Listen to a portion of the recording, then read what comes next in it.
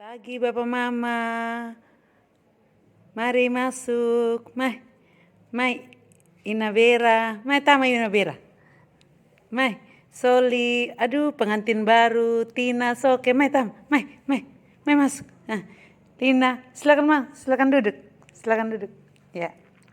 Bapak Mama, terima kasih karena sudah datang menghadiri undangannya kami hari ini. Hari ini Bapak Mama, kita akan dengarkan sosialisasi tentang kasus malaria. Iya toh Bapak Mama, supaya kita tahu apa itu penyakit malaria. Terus penyebabnya apa, penanganannya bagaimana, sehingga di rumah, ketika kita di rumah, kita bisa tahu bagaimana supaya kita bisa terhindar dari itu penyakit malaria. Ya Bapak Mama, sosialisasi ini akan dibawakan oleh Ibu Perawat Eti. Oke Bapak Mama, silakan. Ya, terima kasih Ibu Maria. Bapak Mama, hari ini saya akan memberikan sosialisasi kepada Bapak Mama terkait malaria. Penyebab malaria adalah parasit Plasmodium yang ditularkan melalui gigitan nyamuk Anopheles betina. Jenis malaria ada 5, yaitu yang pertama malaria falciparum atau sering juga dikenal dengan malaria tropika. Malaria jenis ini disebabkan oleh infeksi Plasmodium falciparum. Gejala demam timbul intermitan dan dapat kontinu. Jenis malaria ini paling sering menjadi malaria berat yang menyebabkan kematian. Yang kedua, malaria vivax atau malaria tersiana disebabkan oleh infeksi Plasmodium vivax. Gejala demam berulang dengan interval bebas, demam itu 2 hari. Kemudian telah ditemukan juga kasus malaria berat yang disebabkan oleh Plasmodium vivax ini loh Bapak Mama. Yang ketiga, malaria oval. Disebabkan oleh infeksi Plasmodium ovale. Manifestasi klinis biasanya bersifat ringan. Pola demam seperti pada malaria vivax. Jenis malaria yang keempat yaitu malaria malariae atau disebut malaria quartana. Malaria jenis ini disebabkan oleh infeksi Plasmodium malariae.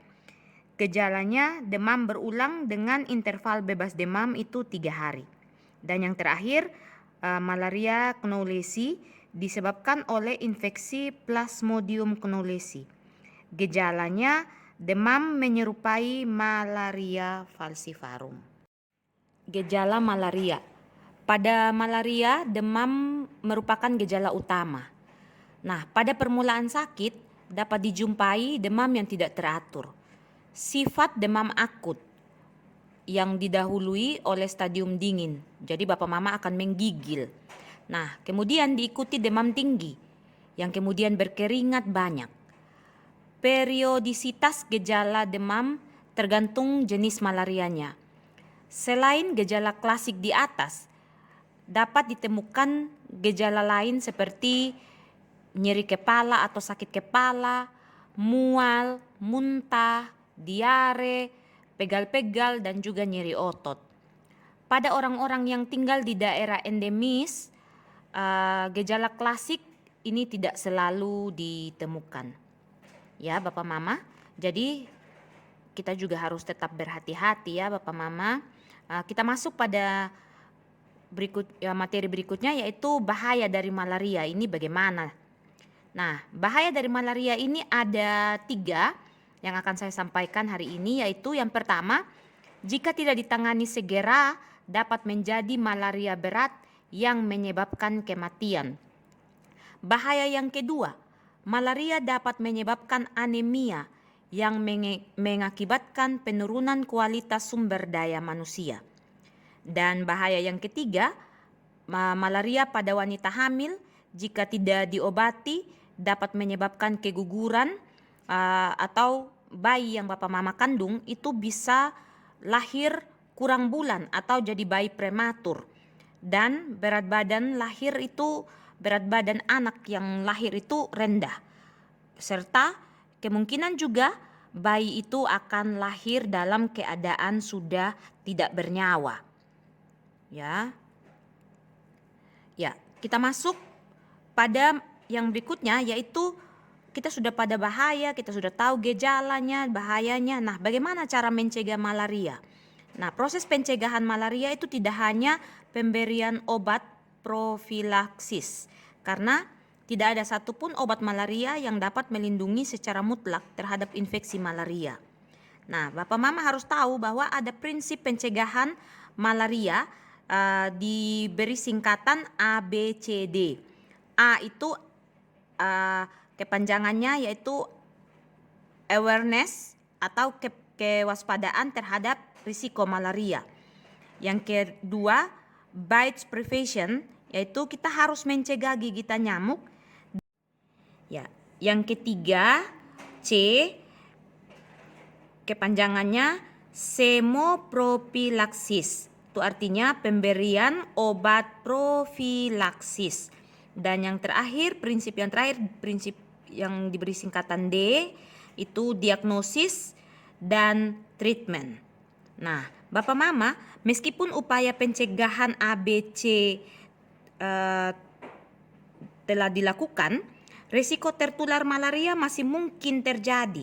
Oleh karena itu, jika muncul gejala malaria, segera Bapak Mama berkonsultasi ke fasilitas kesehatan terdekat. Ya, jadi contoh kalau di Krekanduku sini ya Bapak Mama datang sudah di puskesmas. Itu untuk memastikan apakah tertular penyakit malaria atau tidak. Diagnosis malaria secara dini dan pengobatan yang tepat itu sangat penting ya Bapak Mama. Jadi jangan anggap remeh dengan ini penyakit malaria. Nah, pencegahan gigitan nyamuk dapat dilakukan dengan menggunakan kelambu berinsektisida. Ya, yang kami dari puskesmas bagikan itu Bapak Mama. Nah, kelambu seperti itulah yang Bapak Mama harus pakai. Kemudian bisa juga menggunakan kawat kasa nyamuk dan lain-lain. Ibu, nanti lina lumu tau kalambe na kaina. Memang na tau kaina ti kalambe na kana bisa kaina menghindar wali nyamuk malaria. Kay sarasa sombong ngara na lo. Mentang-mentang wali Malaysia tau kalambe na kaina.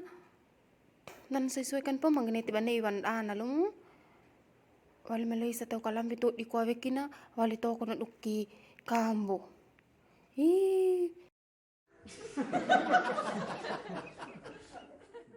Apa sih kamu, Soli? Ya enggak lah. Kamu iri ya? Iri. Bilang, Bos. Hahaha, ya, tenang. Oke, kita lanjut materi kita ya Bapak Mama. Obat yang digunakan untuk kemoprofilaksis adalah doxycycline dengan dosis 100 mg per hari. Obat ini diminum 1 hari sebelum bepergian, selama berada di daerah tersebut, sampai 4 minggu setelah kembali. Obat ini Bapak Mama tidak boleh diberikan pada ibu hamil dan anak di bawah umur 8 tahun, dan juga tidak boleh diberikan lebih dari 3 bulan. Nah, pemberian obat kemoprofilaksis diutamakan pada orang dengan risiko tinggi terkena malaria karena pekerjaan dan perjalanan ke daerah endemis tinggi. Artinya ketika Bapak Mama mau pergi di daerah yang terkenal dengan penyakit malarianya, maka Bapak Mama harus mengkonsumsi obat tersebut. Diagnosis banding dan diagnosis malaria. Manifestasi klinis malaria dapat bervariasi dari ringan hingga berat yang membahayakan jiwa. Manifestasi klinis malaria menyerupai penyakit lain seperti tifoid, dengue, leptospirosis, chikungunya, dan infeksi saluran nafas. Adanya trombositopenia sering didiagnosis dengan leptospirosis, demam, dengue, atau tifoid.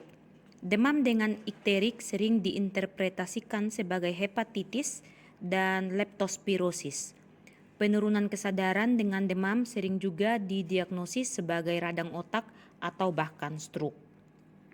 Nah, Bapak Mama kita masuk pada materi anamnesis, bagian dari diagnosis banding dan diagnosis malaria. Pada anamnesis sangat penting diperhatikan yaitu apa-apa saja.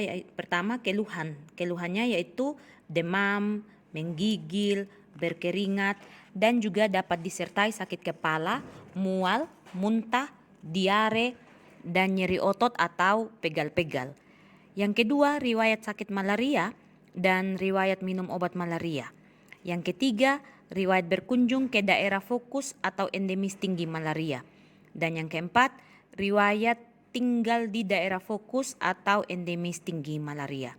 Nah, Bapak Mama, setiap penderita dengan keluhan demam atau riwayat demam itu harus selalu ditanyakan riwayat kunjungan ke daerah endemis malaria.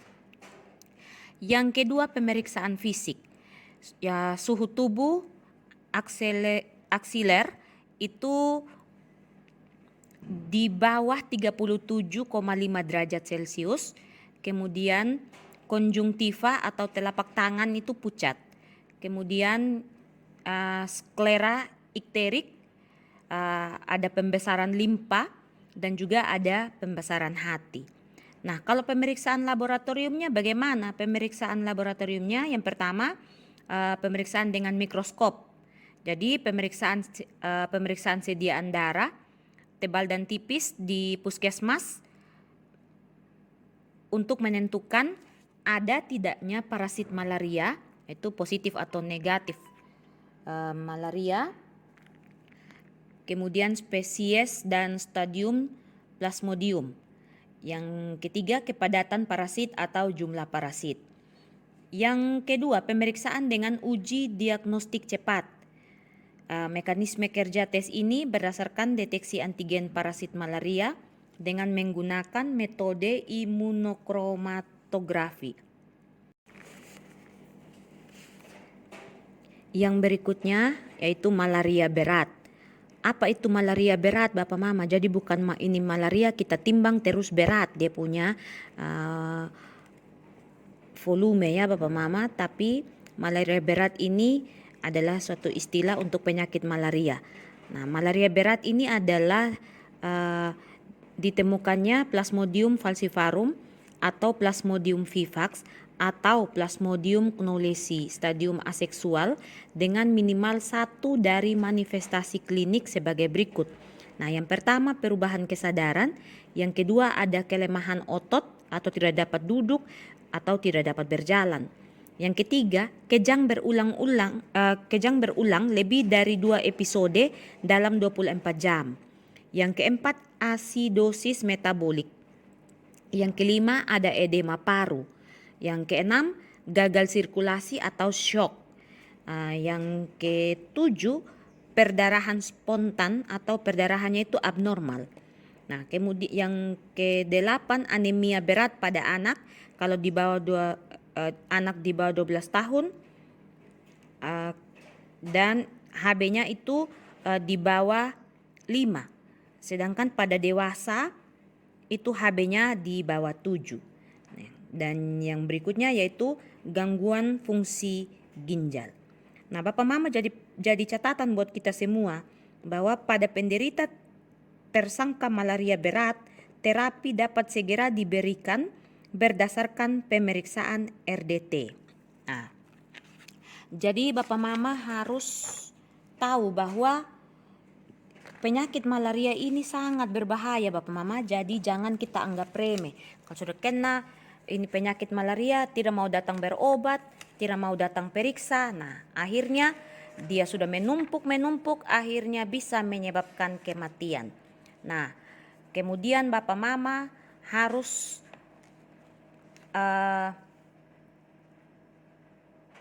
melihat tadi ada bahaya malaria. Nah, itu Bapak Mama harus tahu sudah itu.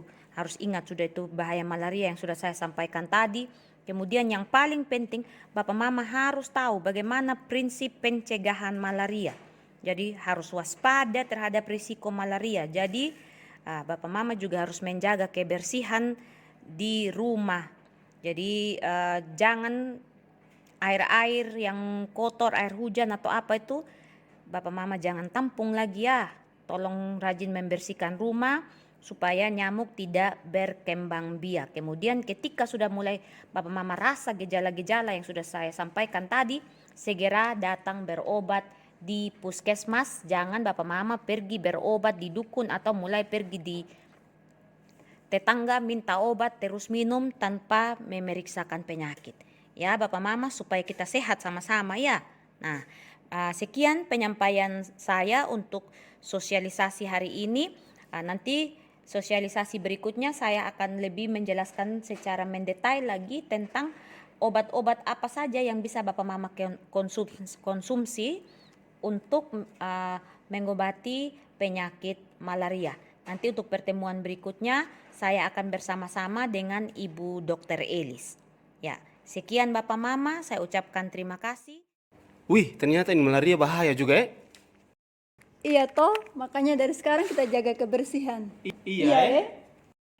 Iya toh, karena kebersihan itu sebagian dari iman, dan di dalam tubuh yang bersih terdapat jiwa yang kuat. Hehe. Ya, betul sekali Inabera. Bapak Mama, sekian dulu pertemuan kita hari ini. Sampai ketemu di kesempatan lainnya. Selamat siang.